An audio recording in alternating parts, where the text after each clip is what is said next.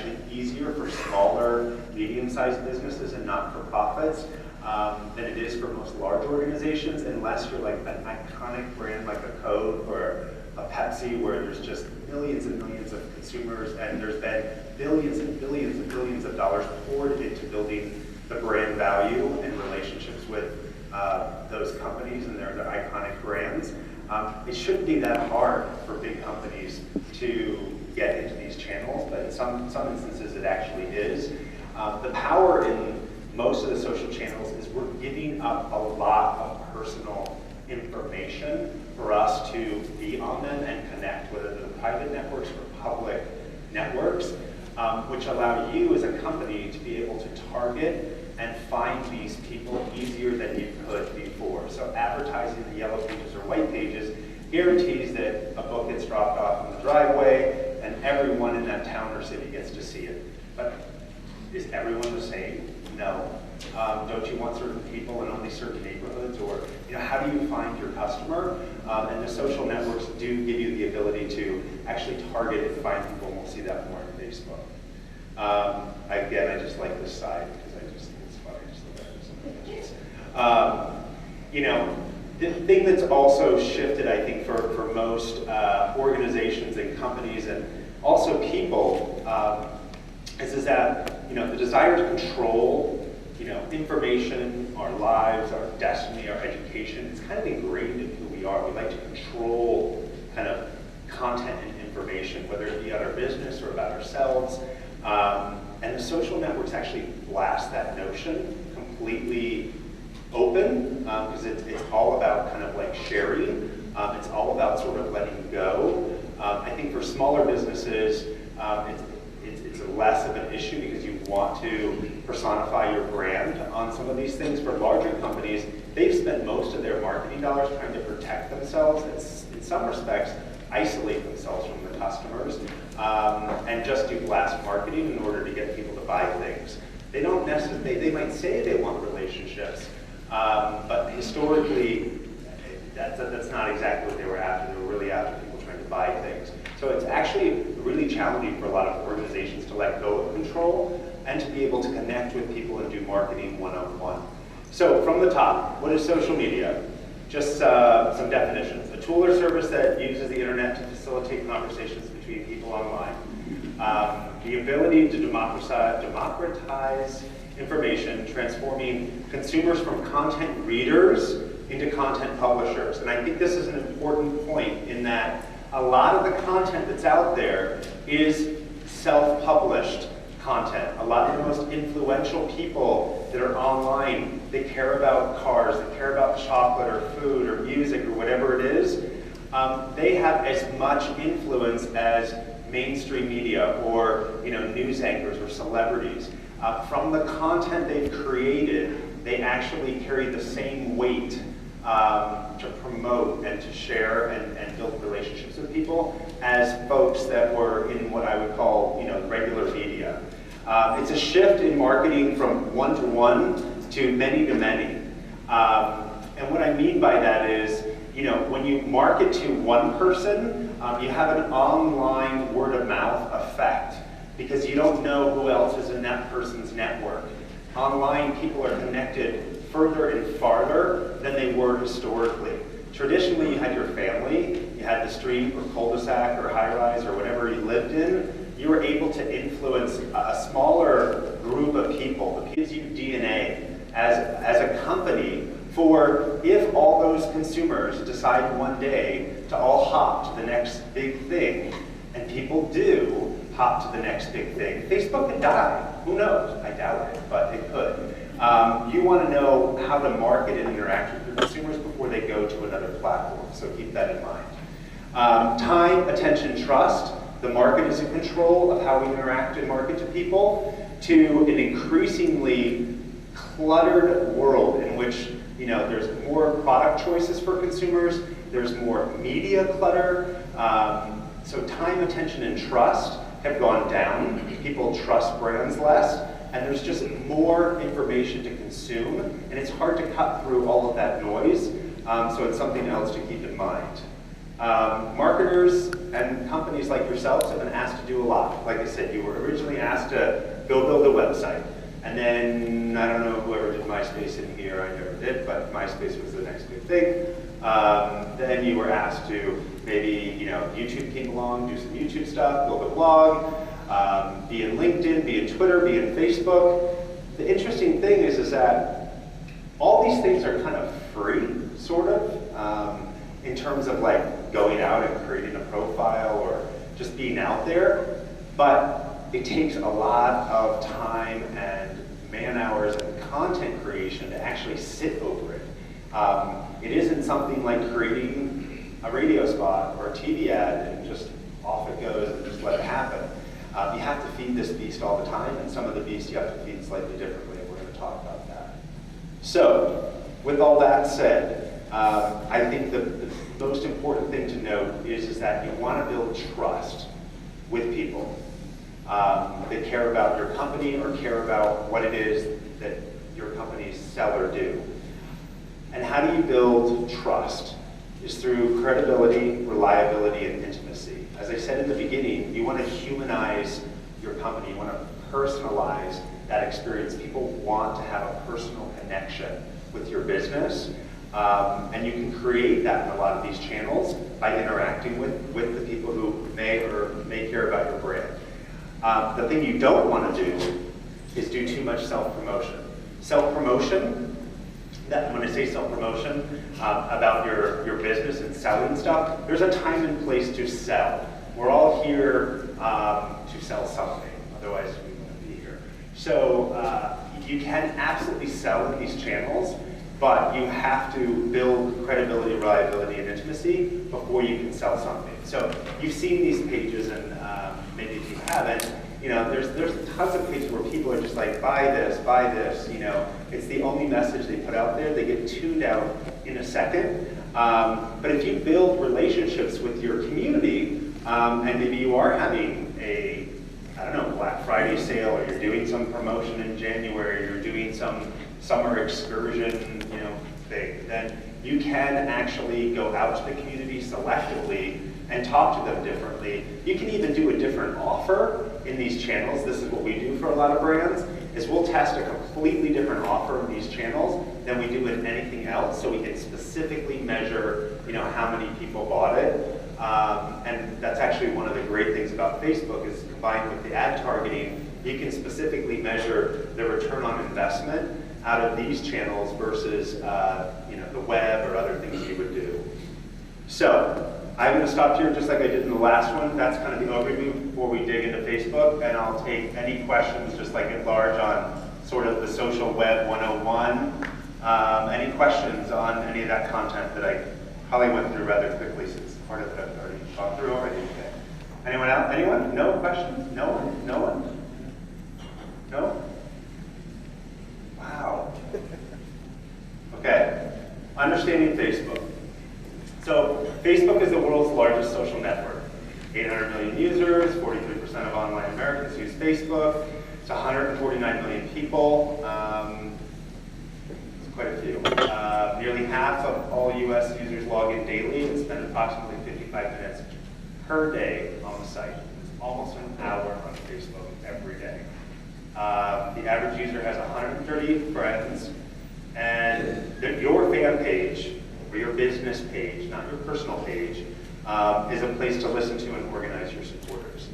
I think one of the interesting things I say about Facebook, and the way I think about Facebook, is it's very intentional in what it's doing. If you think about the web and what it was built to be, the World Wide Web, it's access to kind of free information and content. Google built a multi-billion-dollar business based on aggregating content up that users can search on. That's all open and public. The way I think about Facebook is it's actually a copy of the web combined with your personal information inside of a walled garden.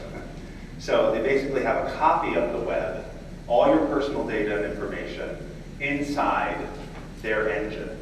So basically, it means that they can monetize the hell out of this thing with brands and marketers, because that's where people are spending their time. Are people spending an hour on Google every day? No. So search engine marketing ads are becoming less effective. So one thing you should read up on, and this is something I should have brought up in the last session, is that Google's counter offensive to Facebook's rising dominance of where consumers are spending time is they've launched something called Google Plus. So Google Plus is their social connectivity, social networking kind of answer to Facebook. And like I said earlier, understanding this battle for where consumers are spending time, you're going to continue to see each one of these players launching different products and platforms in order to maintain their businesses and be where consumers are. But I think it's just something to really keep in mind that inside this walled garden that Facebook has built and all of us have personally jumped into and started sharing and connecting with everyone from our high school friends to our neighbors and our families, it sits, it's pretty powerful what they sit over. They also, you've probably heard or seen every time something changes, there's a lot of privacy disputes that erupt. And that is because when they launch anything, nothing is ever the default to protect the consumer. It's always launched openly to give, access. So everyone's opted in, automatically to anything that they pretty much do. So anytime, you should always be checking your privacy settings, is, I guess, my only feedback. For marketers and businesses, it's great, because a lot of data is out there, and a lot of people's profiles are out there, and information about them, because they haven't shut it down. So, it's very, very powerful, and with that power comes great responsibility and great opportunity, I think, for us as companies to do marketing and selling and building relationships with folks. So what Facebook means to brands is that a lot of companies don't really have a face, I guess, unless they have a sponsor or they have an iconic brand. Or I guess if you're an insurance company and you're like Geico or Aflac, ducks and lizards and geckos, most companies don't have a face necessarily. Facebook and a lot of these social platforms have allowed those companies to actually have a face and a voice, and as I mentioned earlier, humanize, be an extension and interact with people. People want these authentic online relationships. People are very passionate about what they love. I mean, look at the space you're in, look at this show. Everyone's passionate about why you're here. There's a tremendous amount of opportunity when you connect to people who are passionate about similar things, and these platforms give you the ability to find those people a lot easier, not just locally, nationally, but even globally, to be connected with for your brand. Fan pages. Facebook fan page is not a personal profile. There are differences to its functionality and use. It allows, so at a minimum, if you're a brand, hopefully you have a fan page. In the last session we had some people that had personal pages that were using as kind of brand pages. So definitely, if you're involved in these platforms, can you just take content that you're sharing on Twitter and feed it across all of them? There's these technologies that allow you to come up with a piece of content and they basically blast it. I call it the mini bullhorn, or the purple, different color bullhorn, that drops it on Twitter and Facebook and LinkedIn and wherever else you want it to go. And the interesting thing is that audiences are very, very different on these different platforms. We found for clients, they're completely different. Sometimes there's only a 25 to as much as a 50% overlap between the fans for some of the brands we work with on Facebook and the people that are following them on Twitter. Totally different, requires different tactics, different content, different messaging, and a different amount of interaction. On Twitter, you're talking a number of tweets or things that you share on a daily basis. In Facebook, it's not as frequent. You can probably get away with original content or content that you put out there anywhere from, I would say, as little as 2 times a week to maybe as high as once a day. And the main thing is if someone comments on something, to comment back. And certainly if someone from the community you've built, one of your fans, shares content, acknowledge it, you actually want a tipping point to happen where your fans or your community that you've built actually contribute and put more content up than you are actually creating and putting out there. Then they're truly in control, and you're like the moderator, but they're the ambassadors for your brand. You've kind of given it over to them, and they're representing you and feeding content. So questions on the fan page. People who raised their hand before and said they were on Facebook for the business, was it a fan page you have up? Great. Likes and comments. Gives audience a unique voice. A page with no interaction means fans do not feel empowered and they're not identifying with the brand. The likes is really, a driver for you to measure the effectiveness of what you're putting out there. It gives the insight into the interactions. And I think the thing to note is that use that as a measure of success of the content you're putting out there. Also, just like there was myths in email marketing, if you push an email like Tuesday morning between X hour and Y hour Eastern Standard Time, you had a higher open rate.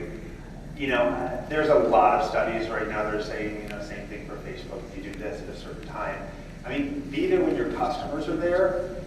So if you're a consumer brand with a lot of moms, probably stay-at-home moms, daytime is better. Your audience could be more skewing to being online at night. Know when your audience is online. If they are online on the weekend, put some content up there. You don't ever want to go dark. There's also ways to kind of schedule content as well, so it can appear at certain times. There's schedulers, there's free tools. They can put up content on the weekend as well. So the like button is a way for you to measure the success of stuff. Use action-oriented posts. So really, getting people, like asking a question, getting them to contribute and have to kind of give you feedback. So again, you're not blasting information out there, you're actually asking them a question, will drive more interaction. So use like this if, or fill in the blank, or a caption contest. Use emotional or memory-based triggers such as, my first car was, or my favorite drive, or all of those types of things will actually increase the participation of people. Typically, we've seen anywhere from 5x to like 10x in terms of the amount of comments and liking that comes back. And as you're doing that, you're making a connection with these people and connecting with the brands, or with the folks that care. Provide status updates. Here's two examples. Who taught you how to drive? Was it in the VW? And look at all the likes they got. Versus Michelin, the Michelin man who represents Michelin. This is like a push message. Like there's no way to interact with that. What am I going to do with that? I guess I'll click on the link if I really want to, but I probably won't do anything with this. But if I'm passionate about VW and I think the Michelin man is kind of fun, I think they could do a lot better. So there's two examples of the ways to ask for feedback and kind of not to ask for feedback to engage folks. Responding to a post. Posts can be hidden if they're in regard to a sensitive topic. You should always have an email and phone number to take the conversations offline, and also put them into your regular channel for dealing with a customer service issue. You do not have to solve customer service or product disputes. Get it out of this channel and take it offline and manage it the way you would normally manage it. The last thing you want is some big back and forth online debate happening on any of these platforms, because it kind of typically just spirals down to the lowest common denominator with people for some reason. People like to get feisty on the platform, so keep that in mind. It has really strict security settings, Facebook. Remember, you can't make everyone happy. Folks have opinions that can be changed. It's always easier to take moderately satisfied or happy people and make them extremely happy than it is to take somebody that's extremely dissatisfied and make them extremely happy. You can also ban or hide or ignore persistent angry posters. You can kind of move them off page. And the other thing is that you can vary the content as well by just posting more and pushing it kind of off the page, something to keep in mind. This is that amplifier effect. I call it the edge effect, the edge rank. And so when you update a post, it's seen by closest friends or parts of your community. A friend likes the comment or nobody reacts, more people see it. If it's liked, the comments stop or more people start to react. It's a self-fulfilling kind of cycle over here. If you're putting out engaging content and you have a loyal community who cares about what you're talking about, more people are going to repeatedly see your message and you're going to build your community. Versus if you're doing like the Michelin Man and no one reacts and all your posts are like that, it's just going to kind of disappear. It will stay higher in in Facebook if you're driving more engagement there. Some posts carry more weight than others. Here's the Michelin Man again, hugging. I think that's the Brazilian president. Yeah, people don't just like text. Videos are very effective. They're the most influential. They're the most consumed. As I talked about earlier in the conversation, people's attention spans, actually, when I first got into the space purely social about 5 years ago, people would watch anywhere from I would say 4 to 7 minute, videos and things like that. I would say the average right now is about anything less than 2 minutes. I would say I wouldn't produce anything for a client that exceeded 1 minute and 30 seconds. People won't watch the end of it. Their just attention span is so shortened, but video is the most consumed and most influential when you're sharing on these platforms. Also posting video, posting photos, sharing links, updating your status, commenting on other people's posts, and liking somebody else's post. It isn't all a one-way street. I mean, you have to give back as well. So, as you're building these relationships, you can't do it all just from the perspective of self-promotion. And how do you build trust is through credibility and connection and intimacy. And so you'll do that by becoming friends with these people that are joining your community. But you have to comment on other things they're doing as well. So keep that in mind. It's not just a one-way street. There's no silver bullet for engaging your fans. Share quality, relevant content. Establish a voice. I think having a voice to be more than just a company is really probably the most critical thing. And you're going to sort of know, I think, based on how you talk to your customers right now, when you meet with them, who they are and how they like to be talked to and interact. Most of the things you'll see from bigger brands is they'll launch promotional tabs that hang off of the side of the Facebook page. These a lot of them download and install in order to participate in the contest. Most of the contests, Facebook has some rules. You can't make a promotion based on fan growth. You can't. It violates Facebook's terms of service. So you can't say, if you fan me, I'll enter you into the contest. You can do liking, but you have to be completely anyone who clicks it, everyone gets entered in that type of thing.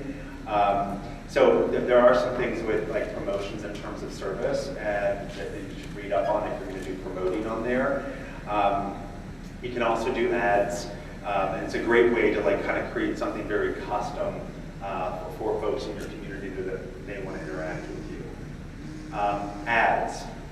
Like I said, we gave up all of that personal data to be on Facebook. It is so powerful, the data that's in there. As a marketer, a targeted marketer, an online marketer, what you can target down to based on people's likes, passions, zip codes, age level, whether they have kids. We do some promoting for the big Porsche dealer in Seattle and Bellevue, where Microsoft is headquartered. And Microsoft gets their bonuses in September. So what we do is, starting in August, we go into all the very well-off zip codes that are in and around the Porsche dealer within a certain distance, and we start targeting white guys that are 45 years old, and we start to own their pages with Porsche ads because we know their bonuses are coming. And we try to opt them into like some of the discussion forums where the Porsche community lives. And we've seen very, very effective people who mention one of the reasons they came into the dealer to do the test drive was the pop-up on the page. So, I mean, you can target people to very scary levels of information previously really didn't have access to on some of these platforms. It's actually not very expensive, 35, 45, 50 cents a click, which sounds like a lot of money, but if it's highly, highly targeted and your audience is only 1,000 people, isn't so bad if people click on it, and essentially if they take some action. Much easier and cheaper than doing your White Pages ad or whatever else might be a way that you could do some advertising. You can also test and put up 1 or 2 ads and see which one is getting a higher click-through and rotate it out. Just the same tips and tricks you do for online advertising, you could do within Facebook. Decide on a budget, do some testing, design an ad, you can target the audience, and then Facebook has really actually very powerful insights reporting tab.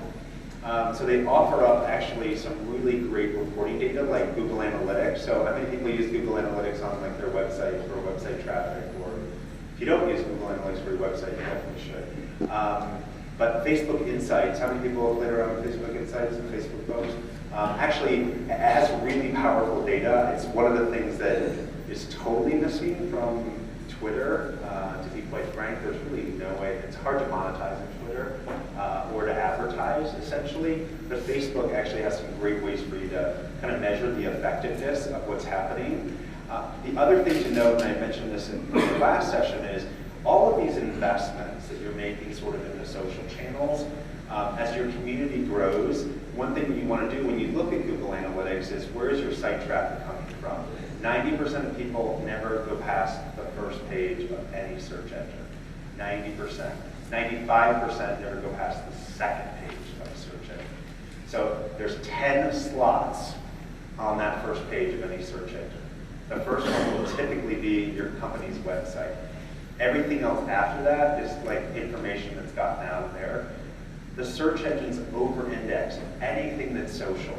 So your Twitter handle, your LinkedIn profile, a blog, your Facebook page, any of that content, so you can own that real estate. And the more things you do and the larger your community gets on some of these platforms, the more that content will show up. And that's what people will find when they go searching for something related to your business. And you want that because that way more of that content aggregates in those engines, and that's what people will find too. Just in terms of wrapping things up, like I mentioned sort of at the beginning, before I take some questions, about 3 weeks ago, Facebook launched this thing called the Timeline. And it's a whole redesign, essentially, of the Facebook page for a consumer. The way I like to think of it is it's sort of a birth to death concept of, like, if you saw light in a tunnel and how they say it's supposed to be, all these images of your life. They've reorganized this thing, so it kind of basically re-aggregates. These are brand pages, but it basically pulls up all of the most relevant content kind of in your life and images, and so it presents like sort of your whole personal profile as a timeline of the most interesting content, the most shared content. So let's say most people interacted with you related to your wedding or your child's birth or I don't know, your new dog or your new car. That information would get pulled higher in the timeline and be most visible. So it's just a very different layout, but it actually offers up some very interesting, well, it's done two things. One, the traditional way we've looked at like a Facebook page, in order to do marketing, you could actually go and control, where's the full page here? So this timeline, so like you could do advertising off to the right. You'll normally see advertising happening over here for another brand. The timeline layout just totally shifts, and the images and the posts get totally rearranged. So the point of it is it's harder for the advertiser to get their content seen and heard right now since the launch of the timeline with consumers that have been rearranging things. So what a lot of brands have taken to doing is, and this is what VW did, is they actually created a downloadable cover or skin that you could actually, upload onto your page because you're a really passionate fan of Volkswagen. And so that was assured that it would show up on the page. So what I would also do is read up a little bit on some of these changes that have happened with the timeline. There's been some consumer adoption of it, but increasingly I think you'll see more and more, and the pages will look very, very different. And you'll have to think about how you break through on some of the pages in order to get folks to interact with you and your brand. So, that's a really funny puppy video that we made. You should go watch it. It's hysterical. We make a lot of video for clients. How drug commercials are filmed, like the person on the beach all depressed, and then they take their Viagra or whatever, and life's all happy. Imagine that with dogs and pee pads. It's very, very funny. Those are some of the folks we work with. So I'm here. Feel free. Does anyone have any questions on Facebook? A little bit of an overview and a little bit of a dive in on Facebook, and I'm around for more afterwards too. Go ahead. I want to ask you, what's the best book to purchase in order to go over what you explained to us today? Yeah, what I would do is there's a couple of really great resources. I go to, it's WOMA, WOMMA.org, WOMA.org, and there's tons of content out on their site. It's the word of mouth marketing organization.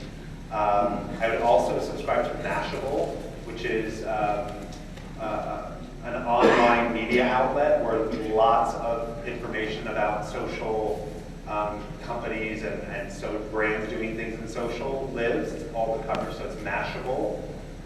MAS. So I think, keep that in mind as well. If you decide, hey, this is fun, you start responding to everything instantly, then they're going to expect you to always be there instantly. So I would also, maybe in kind of the little wall area, but sort of when you're, not hours of operation, but you can also set up, we will do our best to respond. Do you know what I mean? Put some general parameters. But, I would say within that day, I think is reasonable, depending on the amount of interactions. If you're a really huge brand and people are treating it like customer service, they need to be looking at it minute by minute, hour by hour. But, it's all based on volume. I think within a day is reasonable. Good question. Anyone else? Is there a couple of examples of real Facebook pages like before you initially thought of maybe one, and there's some other ones that you look at just to get an idea of, what's working for people? Yeah, I can. What I'm trying to do is I'm going to update these slides. I got to get them to SEMA for them to upload. So I'll throw in a bunch of examples with a bunch of links that you guys can take a look at for sure. That's a good idea. For a business, would it be better to use a Facebook fan page or a Facebook group? A Facebook fan page or a Facebook group? Group, yeah. You know what's really interesting? Facebook groups aren't as successful as, say, LinkedIn groups. They launched the feature. I don't think people really congregate on them that much. Again, I think all of this goes back to where your customers are spending their time. A group could make sense if that's where your customers want to hang out and you sponsor it and enable it. But for most of our clients, the Facebook group thing is not really a place where people hang out.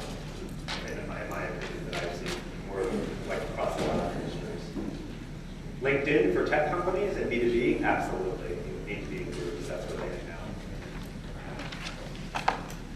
Just a question, it's an advertising medium, and we have state and national laws about, you know, truth in advertising, whatever, and I don't see a lot of people paying much attention to that. So is there a slippery slope there if you create all this massive social media and don't actually have disclaimers and? Yeah, no, actually, it's a really excellent point, and that's another reason I would encourage you to go look at the Word of Mouth Marketing Organization. There's a lot of information out there about disclosures. It is one of our things. We work a lot with the FTC to define that. Disclosures are incredibly important. If you are recommending a product or you pay somebody in order to blog or post or tweet on your behalf, you have to disclose that they were paid. And that person, if they're, in this space, to make money and pimp other people's products to get paid, you always need to ask them if they, it's a test, will they disclose? If they say no, you can't work with them because you bear the risk, you could be fined. The FTC is fining businesses. Ann Taylor just got slapped. A couple other really big brands have gotten their hands slapped really bad. And actually, it's just fairly disingenuous. You can very easily tell paid content over genuine content. And it is okay sometimes if you had like a big, we pay some bloggers to write up stuff, but they do full disclosure. Some mommy bloggers are, more important than Kim Kardashian or something like that. And what they say means things will happen, but they have to disclose, I received this product from this company, and I got this benefit, but I am really passionate about it. They have to disclose, otherwise it'll be fine. So check out WOMA.org. There's a lot on there about disclosures. Very good question. And marketing to minors, too. What was that? It's WOMA.org, WOMMA.org.